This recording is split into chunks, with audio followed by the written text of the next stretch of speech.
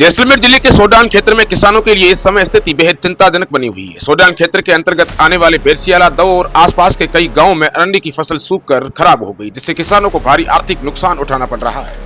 यह नुकसान किसी आगजनी के कारण नहीं, बल्कि प्रतिकूल मौसम और खेतों में नमी की कमी जैसी परिस्थितियों के चलते हुआ बताया जा रहा है। ग्रामीणों के अनुसार इस बार अरंडी की फसल से अच्छी पैदावार की उम्मीद थी, लेकिन समय पर पर्याप्त नमी नहीं मिलने और तापमान में लगातार उतार चढ़ाव के कारण पौधे पूरी तरीके से विकसित नहीं हो पाए। कई खेतों में फसल समय से पहले ही सूख गई, जिससे उत्पादन लगभग समाप्त हो गया है। जिन किसानों ने बीज, खाद और सिंचाई पर उधार लेकर निवेश किया था, वे अब गंभीर आर्थिक दबाव में हैं।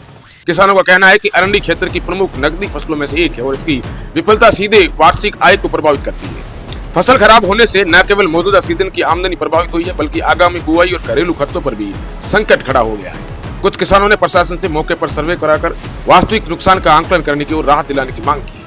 कृषि विशेषज्ञों का मानना है कि मरुस्थलीय क्षेत्र में फसलों की सफलता काफी हद तक समय पर वर्षा और सिंचाई संसाधनों पर निर्भर करती है। यदि मौसम की अनिश्चितता बनी रहती है तो जोखिम और बढ़ जाता है। ऐसे में किसानों को तकनीकी मार्गदर्शन और वैकल्पिक फसल सलाह और सरकारी योजनाओं की समय पर जानकारी मिलना आवश्यक है। फिलहाल प्रभावित गांवों के किसान उम्मीद लगाए बैठे हैं कि प्रशासनिक स्तर पर सर्वे कर नुकसान का आंकलन किया जाएगा और नियमानुसार राहत या मुआवजा प्रदान किया जाएगा। आने वाले दिनों में स्थिति की स्पष्टता और सरकारी प्रतिक्रिया पर निर्भर करेगा कि संकटग्रस्त किसानों को कितनी और कब तक राहत मिल सकती है। ऐसी खबरों को देखने के लिए बवाल के साथ हमेशा जुड़े रहे। धन्यवाद।